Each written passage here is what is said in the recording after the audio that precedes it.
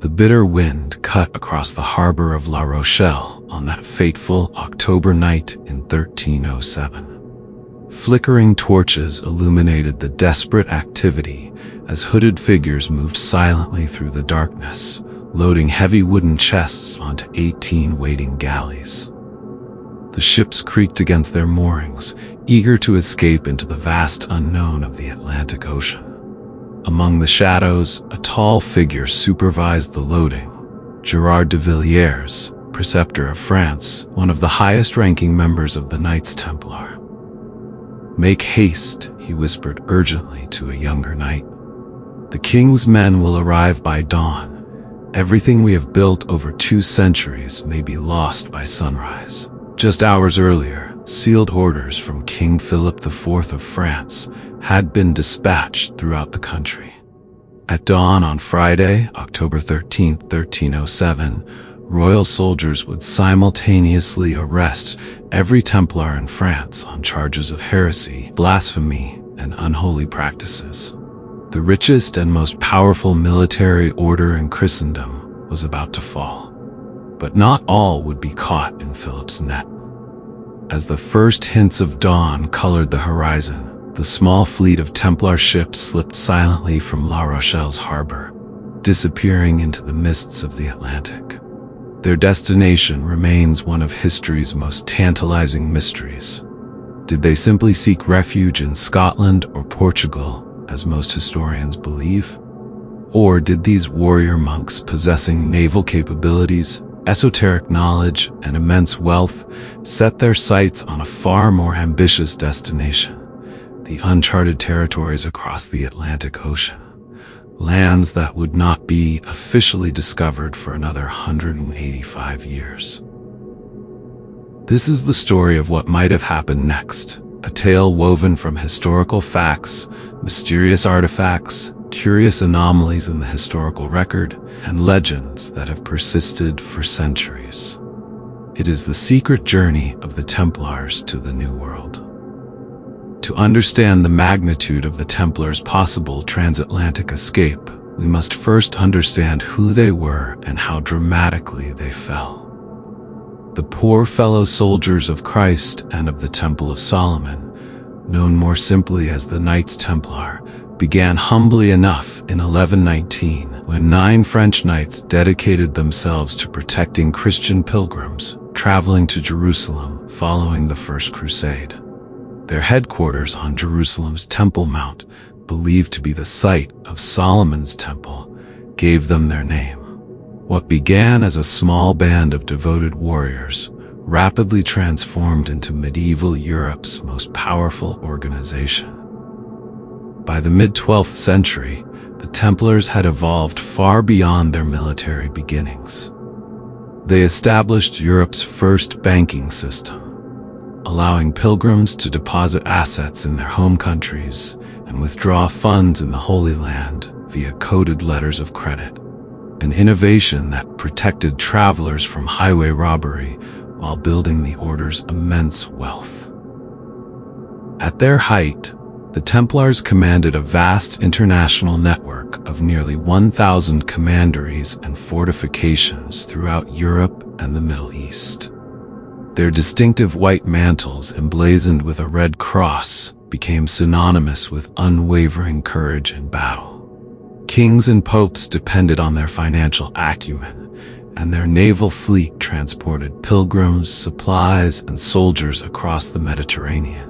But their power attracted powerful enemies.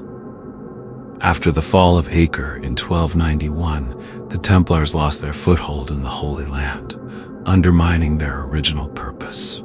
King Philip IV of France, deeply indebted to the order and covetous of their wealth, saw an opportunity to eliminate both his debts and a powerful autonomous organization within his kingdom. Working with Pope Clement V, Philip orchestrated the Templars' sudden downfall. In coordinated pre-dawn raids on Friday, October 13, 1307, his forces arrested hundreds of Templars across France. Through torture, many knights, including their Grand Master Jacques de Molay, were forced to confess to heretical practices such as denying Christ, spitting on the cross, and worshipping a mysterious idol called Baphomet. The confessions, although obtained through brutal means, gave Philip what he needed. In 1312, Pope Clement V issued the papal bull Vox in Excelso, officially dissolving the order.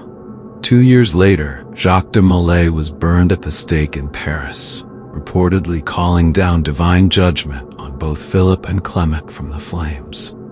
Curiously, both men died within the year. But what happened to the thousands of Templars not captured in France? What became of their vast fleet and legendary treasures? History records that many knights were absorbed into other orders, particularly the Hospitallers, or fled to territories where papal and French authority held less sway, like Scotland and Portugal. In Portugal, the order was simply renamed the Order of Christ and continued its operations virtually unchanged. Yet questions persist. By contemporary accounts, there were approximately 15,000 Templar houses and properties across Europe, but only a fraction of the estimated Templar knights were ever arrested. The order's extensive archives, with detailed records of their holdings and transactions, vanished without a trace. And most tantalizingly, their naval fleet, particularly the ships stationed at their vital Atlantic port of La Rochelle, seemed to disappear overnight. While most associate the Knights Templar with land-based warfare in the Holy Land, their maritime capabilities were equally impressive. By the late 12th century, the order had developed a substantial Mediterranean fleet based primarily at their ports in Acre and Marseille. These ships were critical for transporting pilgrims, troops, horses, and supplies between Europe and the Crusader states. The Templars' most significant Atlantic harbor was La Rochelle on France's western coast, which served as a crucial link in their maritime network. From this strategically positioned port, Templar ships conducted trade throughout the Atlantic, from the British Isles to the coast of Morocco.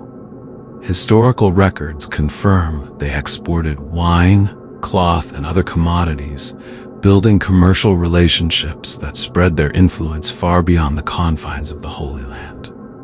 The Templar fleet's fate following the order's suppression remains one of history's most intriguing mysteries. According to testimony given during the papal inquiry at Poitiers in 1308, a Templar named Jean de Chalon claimed that Gerard de Villiers put to sea with 18 galleys from La Rochelle, and that brother Hugues de Chalon fled with the whole treasury of brother Hugues de Perrot. This single piece of testimony, though dismissed by many historians as hearsay, has fueled centuries of speculation about a coordinated Templar escape by sea. Could the Templars have had the navigational knowledge to venture beyond Europe's coastal waters? By the early 14th century, several navigational tools were available to experienced mariners. The magnetic compass had reached Europe from China by the late 12th century. Portal and charts, detailed navigational maps showing coastal features and compass directions, were in use throughout the Mediterranean by the late 13th century. The Templars, with their extensive contacts in the Islamic world and Byzantine Empire, likely had access to navigational knowledge not widely available in Western Europe. While conventional ships of the period, such as single-masted cogs and galleys, were primarily designed for coastal sailing, historical records show that Atlantic crossings were not unprecedented before Columbus. Norse sailors had established settlements in Greenland and briefly in North America, Vinland, around 1000 CE. The Vivaldi brothers from Genoa attempted to circumnavigate Africa in 1291, but disappeared. Portuguese and Basque fishermen may have quietly fished the Grand Banks off Newfoundland decades before Columbus's voyage. What sets the Templars apart was their combination of resources, knowledge, and motivation. If any medieval European organization possessed the capability to organize a transatlantic journey, it was the Knights Templar, especially if they were fleeing for their lives with their treasure and sacred relics. If Templar ships did indeed cross the Atlantic in the early 14th century, what evidence might support such an extraordinary journey? Tantalizing clues scattered across North America have fueled speculation for centuries. Among the most compelling mysteries is Oak Island, located off the coast of Nova Scotia, Canada. Since the late 18th century, this small island has been the site of an obsessive treasure hunt centered on what's known as the Money Pit, an elaborately booby-trapped shaft constructed with engineering knowledge that seems anomalous for pre-colonial North America. Multiple searchers have discovered artifacts suggesting European presence predating Columbus, including a mysterious stone inscribed with symbols that some have interpreted as Templar code. Researcher Zena Halper introduced a map purportedly showing a direct connection between the Knights Templar and Oak Island. Could this island's elaborate works have been constructed by Templar refugees to hide their most precious treasures from European authorities? Approximately 120 miles north of Oak Island lies the village of New Ross, Nova Scotia, where stone ruins discovered in the 1800s have been interpreted by some researchers as the remnants of a Templar outpost. Though mainstream archaeologists dispute this claim, the similarity between these structures and Templar architectural elements has kept the theory alive. Further west in Minnesota, the controversial Kensington runestone, discovered in 1898 and purportedly dated to 1362, describes a Norse expedition deep into North America. While most scholars dismiss it as a 19th century hoax, proponents of pre-Columbian contact theories suggest it could record an expedition connected to the Templar-influenced Norse communities in Greenland, or expeditions launched from Scotland after Templar refugees settled there.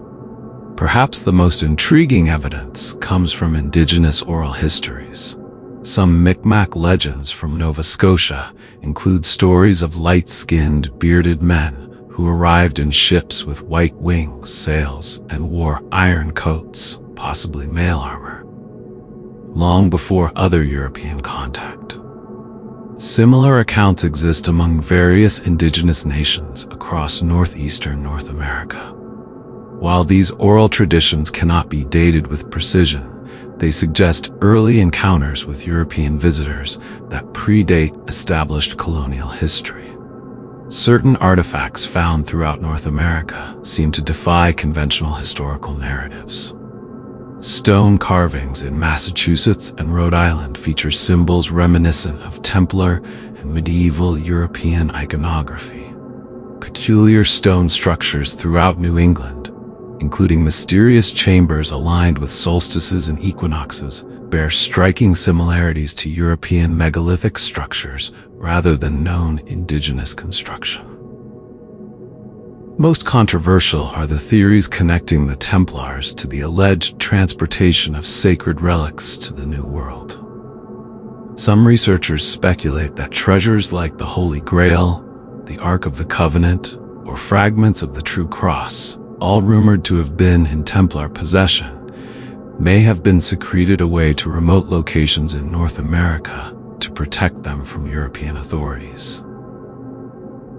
While mainstream historians rightfully approach such theories with skepticism, the persistent patterns of anomalous findings across North America continue to challenge our understanding of pre-Columbian contact between the Old World and the New. If Templars did reach North America, evidence suggests they may have done so via Scotland, where many knights fled following the order's suppression.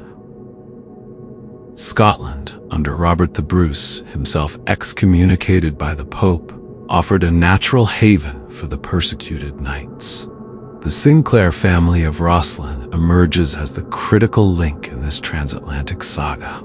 As hereditary grandmasters of Scottish Masonry with documented Templar connections, the Sinclairs possessed both the resources and motivation to continue Templar traditions and explorations.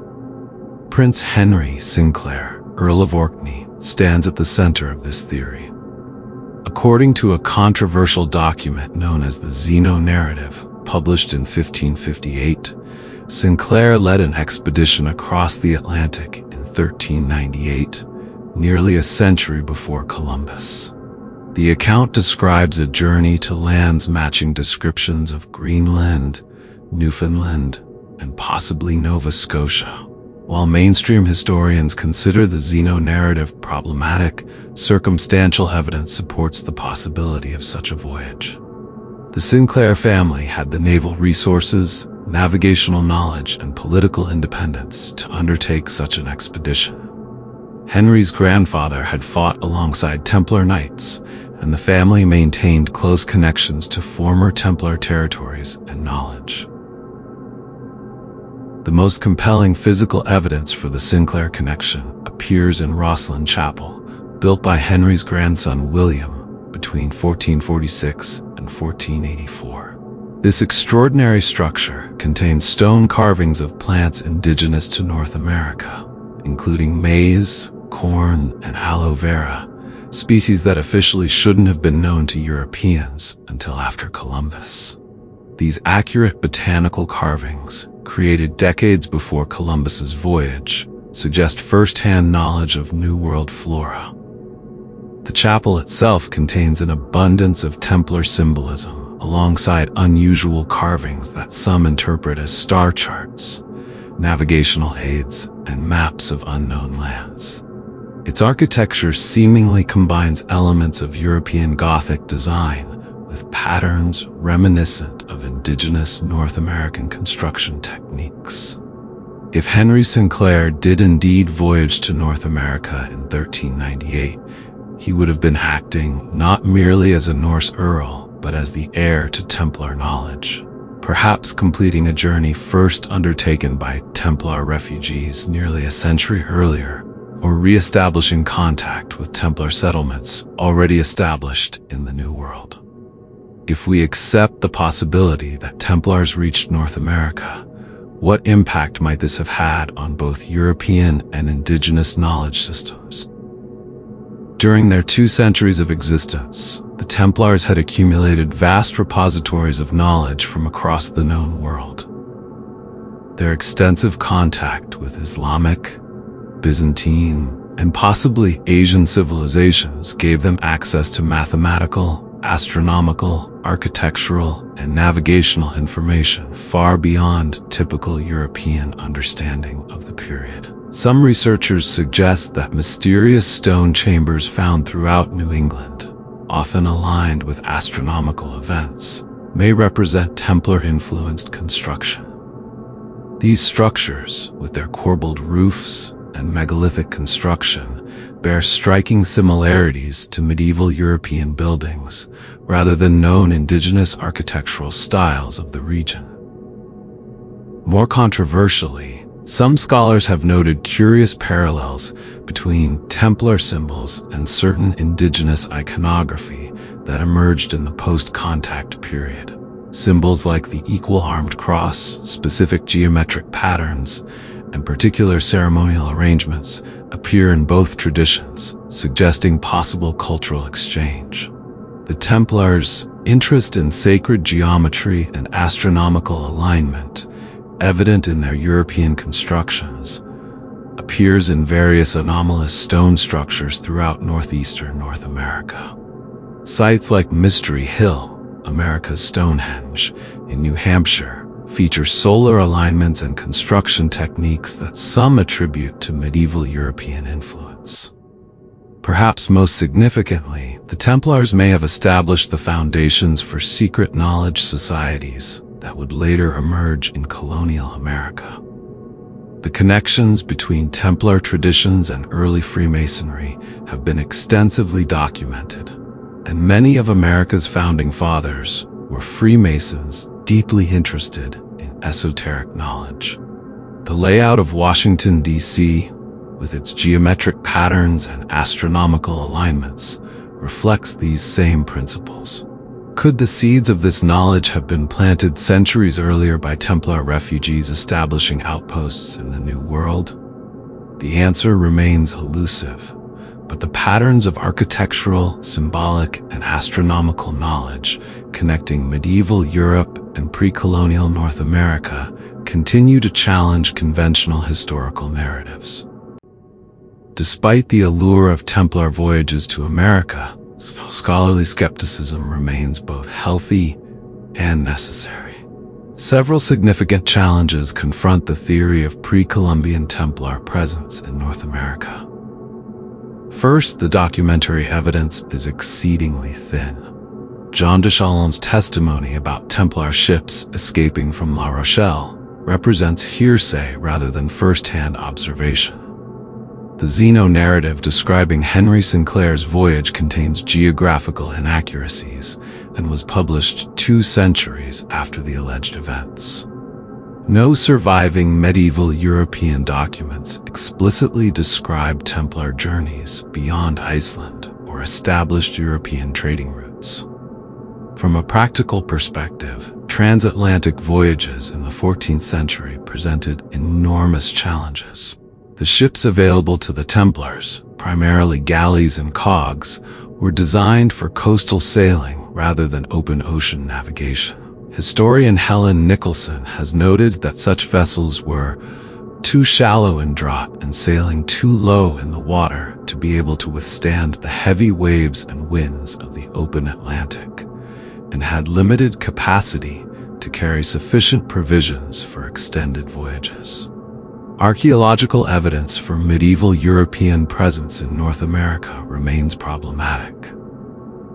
Many supposedly anomalous sites and artifacts have been explained through natural geological processes, indigenous construction, or colonial-era European activity.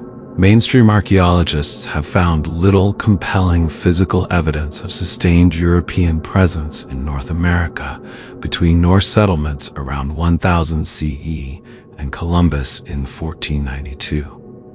Alternative explanations exist for many supposedly Templar-connected phenomena. Oak Island's money pit may represent natural sinkholes modified during colonial-era military or naval activities. The stone chambers of New England could be colonial root cellars or spring houses. The botanical carvings in Rosslyn Chapel might represent artistic interpretations of descriptions brought back by early explorers rather than first-hand observation. Regarding indigenous oral traditions describing early European visitors, these could refer to Norse explorers, pre-Columbian contacts with Irish or Welsh voyagers, or early undocumented visits by Basque or Portuguese fishermen who were known to have fished North Atlantic waters before Columbus. Even the Templar Masonic connection has been questioned by historians who note that formal Freemasonry emerged in the 17th century, with its claimed connections to the Templars representing retroactive myth-making rather than historical continuity. These skeptical perspectives don't definitively disprove Templar voyages to America, but they remind us that extraordinary claims require extraordinary evidence, evidence that, thus far, remains tantalizingly incomplete. As we navigate between historical fact, plausible theory, and romantic legend, the question remains: did the Knights Templar fleeing persecution in Europe establish a presence in North America nearly 2 centuries before Columbus? The answer lies buried somewhere between documented history and persistent mystery. What we know with certainty is that the Templars were an extraordinary organization with capabilities far beyond most medieval institutions. Their combination of wealth, maritime experience, architectural knowledge, and desperate motivation following their suppression created a unique set of circumstances that could have enabled such a journey. We also know that history has repeatedly underestimated the maritime capabilities of pre-modern societies. From the Polynesian exploration of the Pacific to the Norse voyages to North America, humans have demonstrated remarkable abilities to navigate vast oceans using technologies far simpler than we might imagine necessary. Perhaps most importantly, the conventional historical narrative of European discovery of the Americas has been repeatedly revised as new evidence emerges. The Viking settlement at Lonsau Meadows in Newfoundland, unknown until 1960, definitively proved European contact with North America 5 centuries before Columbus.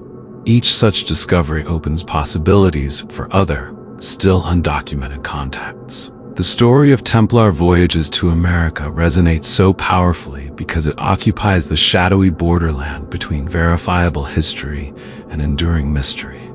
A place where facts, legends, and possibilities intertwine. It challenges us to reconsider what we think we know about the past and reminds us that history is not simply what happened, but what we can prove happened. As modern researchers apply new technologies to old mysteries, using satellite imagery to identify anomalous structures, employing advanced dating methods on controversial artifacts, and conducting DNA analysis of ancient remains, we may yet discover definitive evidence that rewrites our understanding of who reached American shores and when. Until then, the image of Templar ships sailing westward into the unknown Atlantic, carrying knights, treasures, and ancient knowledge to a new world, remains one of history's most captivating possibilities. It reminds us that beyond the boundaries of established historical narratives lie frontiers of discovery still waiting to be explored, both in the physical world and in our understanding of the past. Perhaps somewhere in the forests of Nova Scotia, the fields of New England, or beneath the waters of Oak Island lies the final answer. An inscription, artifact, or structure that would definitively connect medieval European knights to pre-Columbian America. Until such evidence emerges, the secret journey of the Templars to the New World remains history's tantalizing whisper, neither fully proven nor disproven, but forever calling us toward the misty horizons of what might have been.